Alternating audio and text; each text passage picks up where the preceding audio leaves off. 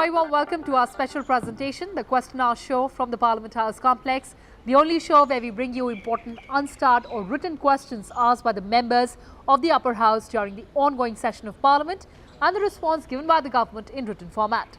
I'm Kriti Mishra and joining me is my colleague Rajat Kain. Thank you, Kriti, and thanks to our viewers for watching this edition of Question Hour. So let's begin with the show.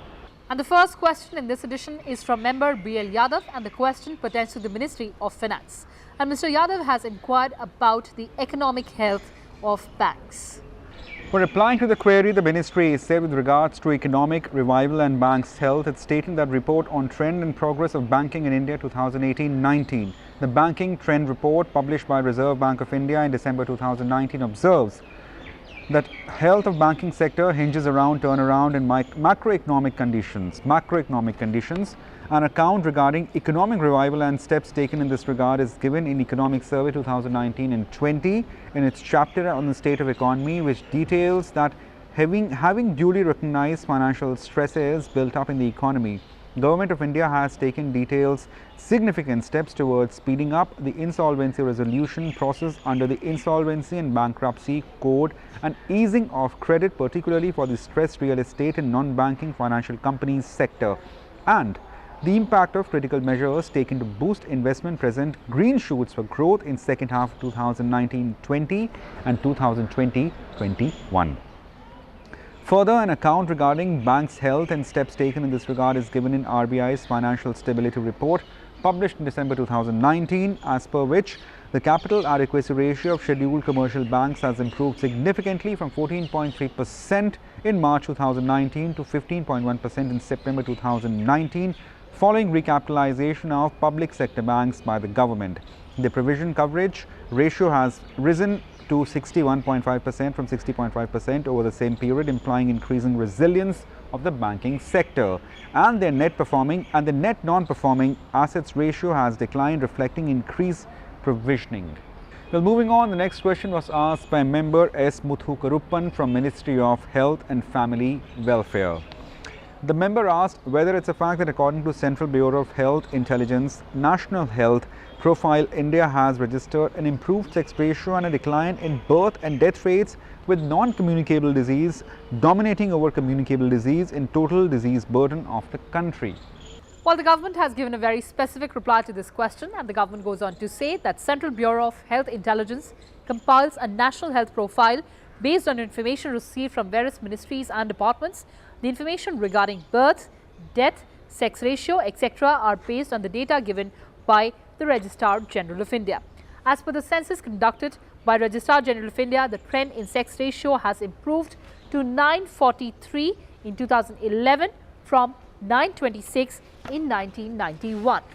As per the National Health Profile, India has declining birth rate from 20.8 in 2015 to 20.2 in 2017 and death rate from 6.5 in 2015 to 6.3 in 2017 over the last 3 years, based on the latest SRS bulletin published by the Registrar General of India.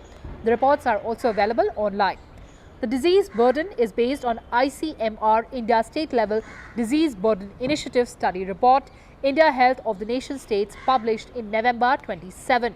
The estimated proportion of all deaths due to NCDs, that is non-communicable diseases, is 61.8% in 2016, which was 37.9% in 1990.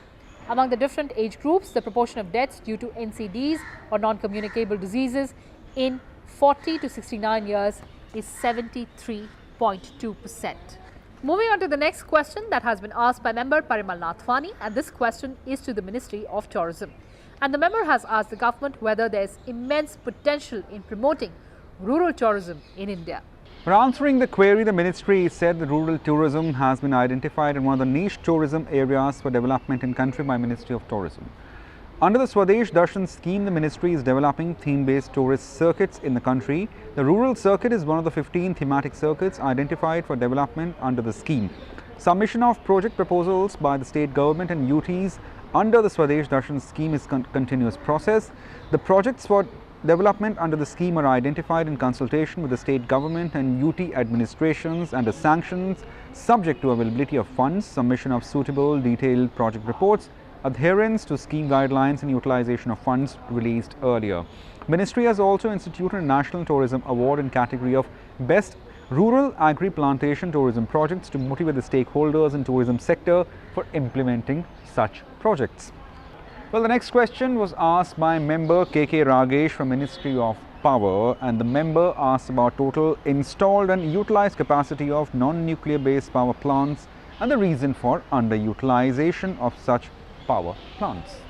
Responding to this query, the government says that the total installed generation capacity of non-nuclear based power plants as on 31st of December 2019 is 362.01 gigawatts. The utilization of these operational power plants depends upon the electricity demand, which varies at every instant of time. At the same time, 100% availability of power plants cannot be ensured because of a variety of reasons like shutdown for maintenance of power plants, breakdown of power plants, non-sunny periods for solar power plants, non-windy periods for wind power plants. The government further says that maximum and the minimum electricity demand met during the current year was around 183 gigawatts and 97 gigawatts respectively. Thus, due to these inherent characteristics of electricity demand and power plants, it is not possible to have 100% utilization of the power plants, but adequate availability of the generation capacities is ensured to meet the electricity demand in the country. Let's move on to the next question, and this question is to the Ministry of Earth Sciences, asked by member KJ Alphonse. And Mr. Alphonse has asked the government whether the 37th Indian Ocean scientific expedition to Antarctica has been successful. Replying in affirmative, the ministry said the 37th annual Indian scientific expedition to Antarctica, launched in the year 2017-18, was successfully completed. During the 37th Indian scientific expedition to Antarctica, 31 scientific long-term and short-term scientific projects were carried out by 16 institutes and universities. Major projects and findings of these expeditions are as following. A joint team of scientists from National Centre for Polar and Ocean Research and Norwegian Polar Institution conducted various geophysical, glaciological and meteorological measurements to understand past and present ice dynamics and mass balance of Nivlisen ice shelf and adjacent ice rises under the Indo-Norwegian collaborative project Mass Balance, Dynamics and Climate for Central Droning Moorland Coast, East Antarctica. A 153 meters long ice core from Leningrad Kolin ice rise was retrieved to examine the past climate and link to the oceanic process in the past millennia. Scientists from National Institute of High Security Animal Diseases of Indian Council of Agricultural Research investigated animal metaviremins by studying the fecal samples of Weddell seal, Adélie penguin and South Polar skua, as well as from the orthinogenic soil of penguin rookery. Now, diversity and abundant analysis has revealed the presence of 416, 584 and 550 and 727 different viruses across 41, 57, 50 and 60 different virus family in fecal metamines of Adélie penguins, Weddell seal, South Polar skua and orthinogenic soil respectively. Well, moving on to the last question of this edition of Questionnaire by member Muhammad Nadimul Haq. It's also from Ministry of Earth Sciences. The member asked whether there has been unexpected increase in natural disasters like cyclone and floods over the last 3 years, and what are the details of the same. The response given by the government is in affirmative, and the government says that the country has witnessed increase in extreme weather events like extremely heavy rainfalls leading to floods, severe heat waves, cyclones, etc. in the last few years. In the changing climate scenarios, central and northern India and western Himalayas have become more prone to extreme rainfall events, whereas north and northwest and neighbouring central India are prone to expansion of semi-arid regions. Indian monsoon also shows a natural variability in seasonal rainfall with epochal variations.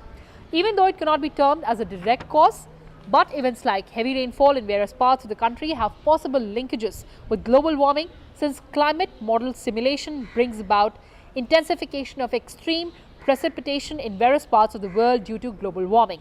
Also, several scientific studies bring out the possible linkage of climate change with the sudden occurrence of extreme rainfall, temperature or even floods. So that's all Rajat and I had for you in this edition of Questionnaire. But on the other side, Hindi version of Question Hour, Prashnakal, with our colleagues Arvind Singh and Kriti Singh. Please stay with Rajya Sabha Television.